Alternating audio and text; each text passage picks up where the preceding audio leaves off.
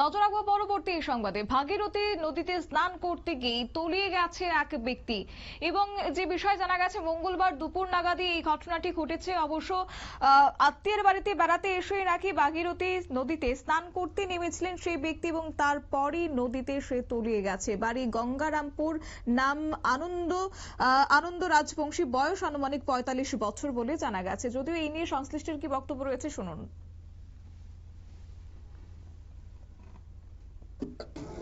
কাকা কি নাম তোমার? আনন্দ রাজবংশী। কোথায় বাড়ি আপনার? কালীপুরে। হ্যাঁ, কি হয়েছে ঘটনা? ঘটনা বলতে আমরা স্নান করতে এসেছি। আচ্ছা, স্নান করতে এসে আমি স্নান করতে নামছি আর এরা দুজন টানে ছিল, মানে ডাঙায় ছিল। যাকে পাওয়া যাচ্ছে না উনি ঝাঁপ দিছে।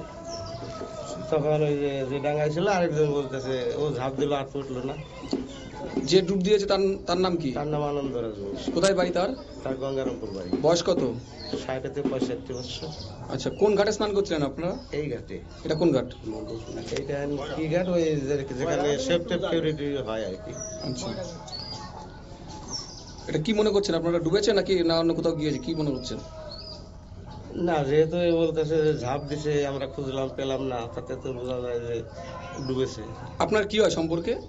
আমার দূর সম্পর্কের মামা শ্বশুর। আচ্ছা, ও কি মদ্যপ অবস্থায় ছিল? হ্যাঁ, খেয়েছে, মিথ্যা কথা বলবো। কি খেয়েছে? মদ খেয়েছে। আচ্ছা, তারপরে স্নান করতে এসছে। তারপরে এটা কটা নাগাদ হয়েছে? কটা নাগাদ এসেছিলেন 2টো আপনারা? নাগাদ। আচ্ছা, পুলিশ প্রশাসন এসছে? হ্যাঁ, পুলিশ প্রশাসন এসছে। কি নাম আপনার? আনন্দ রাজবংশী। আপনারা শুনলেন, অর্থাৎ ভাগীরথী নদীতে স্নান করতে গিয়ে সেই ব্যক্তি তলিয়ে গেছে। যদিও সেই নিখোঁজ ব্যক্তির সন্ধানে নেমেছে বিপর্যয় মোকাবেলা দপ্তরের টিম। বিস্তারিত চলে যাব, আমাদের সঙ্গে যুক্ত হয়ে গেছে সাংবাদিক অঞ্জন শুকুল। অঞ্জনবাবু, কি জানতে পারছেন এখনো পর্যন্ত সেই নিখোঁজ ব্যক্তির কি কোনো হদিশ মিলেছে, কি আপডেট পাচ্ছেন? দেখো, আত্মীয়ের বাড়িতে বেড়াতে এসে ভাগীরথী নদীতে স্নান করতে নেমে নিখোঁজ এক ব্যক্তি। ঘটনাটি যদিও ঘটেছে গতকাল, অর্থাৎ মঙ্গলবার আনুমানিক বেলা 2টো নাগাদ।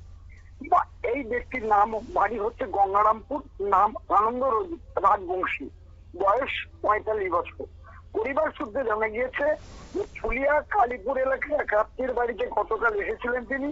অভিযোগ, সকাল থেকে কয়েকজন মিলে একসাথে মদ্যপান করে ফুলিয়ার ভাগীরথী গঙ্গাতে 3 দিন আসেন স্নান করতে। এরপর হঠাৎই আনন্দ রাজবংশী ভাগীরথী নদীতে স্নান করতে নামলে তার আর খোঁজ পাওয়া যায়নি। খবর পেয়ে ঘটনাস্থলে আসে পুলিশ প্রশাসনের ও স্থানীয় মানুষের সহযোগিতায় জলে নেমে দীর্ঘক্ষণ খোঁজার চেষ্টা করলো, আর কোনো সন্ধান মেলেনি। আর তারপরে প্রশাসনের পক্ষ থেকে আজ সকালে নামানো হয়েছে এনডিআরএফ এবং খোঁজাখুঁজি চলছে। এখনো পর্যন্ত কিন্তু নিখোঁজ ব্যক্তির সন্ধান পায়নি। অন্যদিকে যারা যে দুজন ছিলেন তাদেরকেও কিন্তু পুলিশ জিজ্ঞাসা করছেন যে কোন জায়গাটায় মানে হারিয়ে গিয়েছিল, অর্থাৎ ডুবে গিয়েছিল, সেই জায়গাটাও কিন্তু পরীক্ষা করেছে। যেহেতু ভাগীরথীর স্রোত অনেকটাই বেশি, এই জন্য কিন্তু আশা করছে পুলিশ প্রশাসনের পক্ষ থেকে মৃতদেহটা অনেক দূরে চলে যেতে পারে।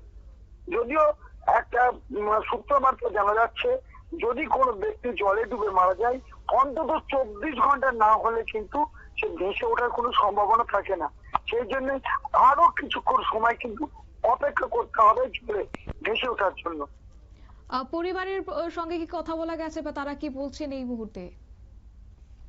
এক পরিবারে শোকের ছায়, এবং তারা বলছে যেহেতু বেড়াতে এসেছে একটা মর্মান্তিক ঘটনা, কিন্তু তারা কিন্তু এই যারা মদ্যপ একসাথে মদ খেয়েছে তাদেরকেই কিন্তু দোষারোপ করছে। বলছে যদি মদ খেয়ে যদি স্নান করতে না নামতো তাহলে এই ঘটনা ঘটতো না। এবং পুলিশ প্রশাসনকেও দায়ী করছে, যেহেতু একদম গঙ্গার ঘাটের পাশেই কিন্তু তারা মদ খেয়েছে। যদি পুলিশ একটু সচেষ্ট হতো তাহলে অন্তত গঙ্গার পাড়ে এরকম ভাবে প্রকাশ্যে দিনের বেলায় মদ খেতে পারতো না। একেবারে ধন্যবাদ। আপনারা শুনলেন, অর্থাৎ গতকাল দুপুর নাগাদ এই ঘটনা, তারপর দীর্ঘ ঘন্টা পেরিয়ে গেছে, এখনো পর্যন্ত তার কোনো হদিশ পাওয়া যায়নি। যদিও অভিযোগ ছিল সকাল থেকে কয়েকজন মিলে মদ্যপান করেছে এবং তারপরে স্নান করতে নেমেছে। তবে এই ঘটনার খবর পেয়ে এনডিআরএফ এর টিম সেখানে মোতায়েন করা হয়েছে এবং তার সন্ধানে তল্লাশি চালাচ্ছে তারা, এবং খবর পেয়ে ঘটনাস্থলে ছুটে আসে পুলিশ প্রশাসন। স্থানীয় মানুষের সহযোগিতায় জলে নেমে চেষ্টা চালানো হচ্ছে। এখনো পর্যন্ত তার কোনো সন্ধান পাওয়া যায়নি বলেও জানা গেছে। নিয়ে নিশ্চয় ছোট্ট একটি বিজ্ঞাপন বিরতির সঙ্গে থাকুন।